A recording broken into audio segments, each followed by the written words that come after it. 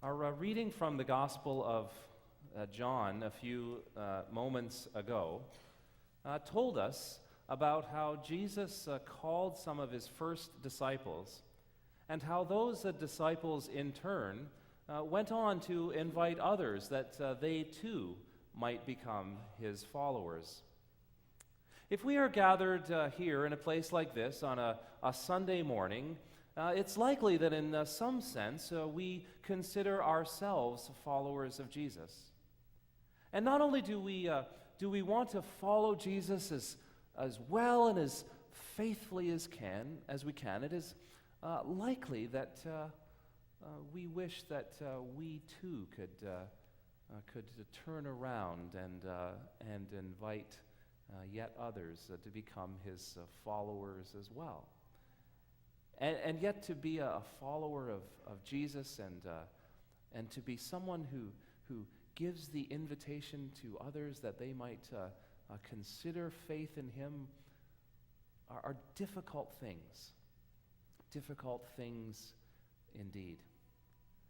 And so I wonder if there may be some help and encouragement and guidance for us in this story as we seek to live as faithfully to the Master and as well as we can.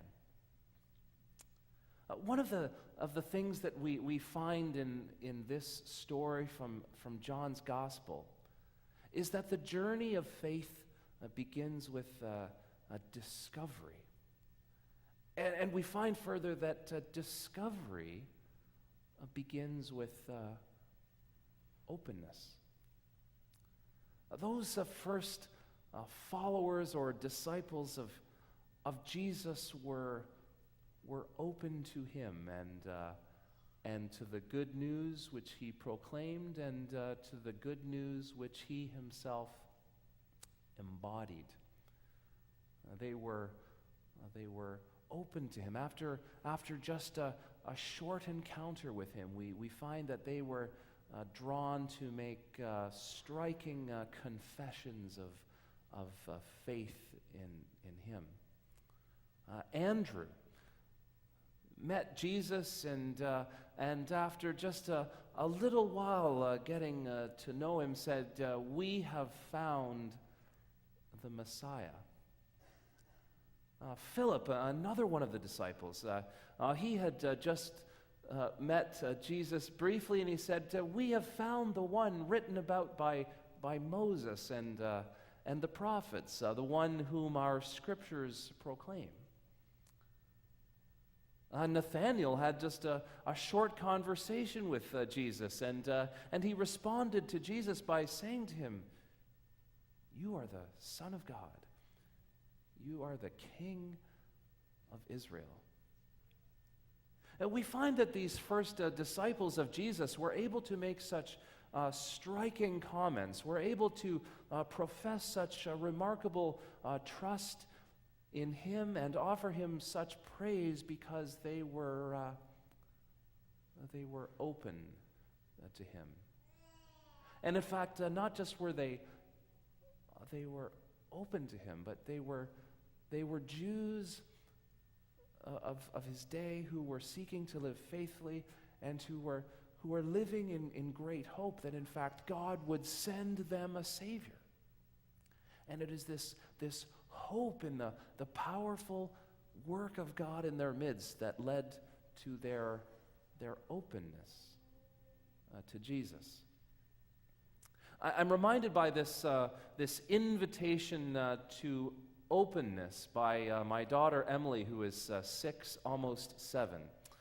Sometimes, for example, in our home, she is open to trying some new kind of food, but very often she is not. And last week I made some muffins, and I said to her, "Emily, would you like to have a muffin?" And she said, "Sure." "What kind is it?" I said, "Emily, well, there are zucchini muffins with chocolate chips." I said, I don't eat zucchini." I said, "Emily, have you ever zucchini?" I don't think she'd ever had zucchini, but she knew that she didn't wanted in a muffin. Well, her brother and I had a muffin. I said, Emily, you don't need to eat a whole muffin. I broke off a little piece, and I said, just try this little piece. And she put it quickly to her tongue and then put it back on the plate and said, yuck. Well, a couple of days later, I snuck one into her lunch for school. And at the end of that day, I opened up her lunch bag to wash out the containers, and the muffin was gone. I said, Emily, you ate your muffin. How was it? It's good. I like zucchini now. She was able to enjoy it because something switched, and she was open to it. And I think that we find in any area of life, if we are to discover something new, if we are to experience something new, if we are to grow beyond our current comfort zones, we must be open to what it is that we may discover in a new experience. Now, we find also that these first disciples of Jesus, having discovered something remarkable about him, having come to believe that he was the saving one of God in whom their people had long put their hope, they went as quickly as they could to share this good news with others. We find that Andrew went straight away to his brother Simon, whom Jesus nicknamed Peter. We find that Philip went straight away to a good friend of his named Nathanael. And they went to a friend or to a family member that they might share this wonderfully good and long-awaited news. We have found the saving one of God for whom our people have waited in hope. And having found this one, they could not contain their good news and their joy for even a moment. If we think about it, this is what we do with good news in our own lives, is it not? I have a friend who subscribes to this food service. So once a week there's a box of food that gets delivered to her door. And the company gave her some promotional cards to give to a friend, and she gave one to me. And I went home one day, having signed up for this free box of food, and waiting for me on the front porch was a freezer box, and inside was a delightful box of food. There was some meat in vacuum freezer packs, and there was some produce, and all the ingredients needed to put together some meals. And the next day, my neighbor came over, and he was helping me with something, and I said, "Hey, you've got to check this out. Come look at my fridge." And there were these little boxes of food. This is what we do with good news. We find something interesting and exciting, and we want to tell our friends and our family and our neighbors. And in fact, this food service company is relying on this. This is how their business grows. I had never seen them advertised. I never heard of them. I heard about it from a friend, and having heard about it and tried it, I told my neighbor. And as people of faith, we want our faith to grow.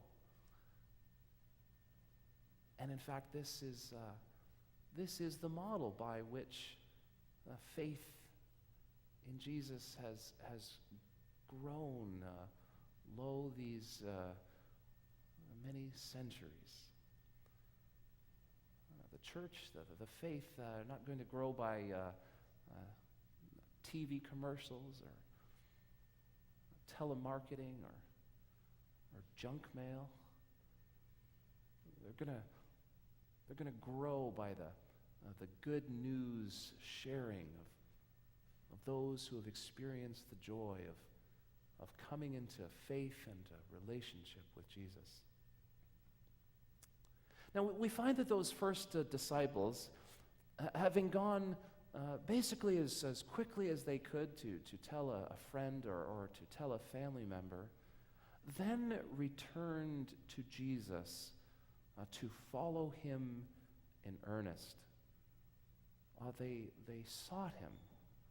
They traveled with him. They stayed with him. They sat at his feet. And they followed him so that they might learn from him, that their lives might be transformed, and in fact that their lives might become conformed to the will of God as fully as possible. And much of what we find in the gospel stories of Jesus are these stories of the disciples following him and being by his side. And much of the content of the Gospels is their memory of the things that Jesus said and did in their midst, and the things that they found transformed their lives and drew them closer to God. I have a neighbor who is an avid snowboarder, apparently, and he likes to tell me about snowboarding. And recently he injured his knee, and he's always giving me updates on the recovery of his knee and how close he is to returning to the slopes. I went snowboarding one time as a boy. I tried it once, and I wasn't very good at it, and in fact I hurt myself, and I just decided I didn't want to do it again. Now my neighbor is a snowboarder because he snowboards. I went one time, and I'm not a snowboarder. And because I went the one time, I'm not a snowboarder, and because I just went the one time, I'm not any good at it. Conversely, after having studied for the ministry in university for many years, I was becoming ordained a number of years ago, and as an ordination gift, I was given a book about Jesus. And I found this book to be incredibly exciting and illuminating. It taught me new things. It helped me to see Jesus in a new way, and it excited me to go on and to learn more. And while I am not a snowboarder, I am a follower of Jesus. As it is with anything in life, anything with which we want to identify, anything in which we want to excel, we must give our time and our interest and our energy over to it. And so it is with the journey of faith. And on this journey of faith, there is no finish line. It is a lifelong quest. The only finish line, so to speak, is that day of our passing when we go to be with Him forever. We find finally in the story from John's Gospel for today that having discovered something about Jesus, having shared that with a friend or a family member, having sought Jesus out again to follow Him further, that what they found, these first followers, yet more wonder in his presence. Jesus said to one of those disciples, Nathanael, "You will see even greater things than this. You will see heaven opened, and you will see angels ascending and descending upon the Son of Man." Now, some readers will notice that this is an allusion here which Jesus makes to the story of Jacob in the book of Genesis in the Old Testament. Some of you may recall it from your Sunday school days in youth. Jacob was on a journey through the wilderness, and he came to a place to rest one night, and he was sleeping out under the open sky, and put his head on a rock. And while he slept with his head on the rock, he had a dream. And he saw something which connected earth and heaven, and he saw angels ascending and descending upon it. And then Jacob woke up and he said,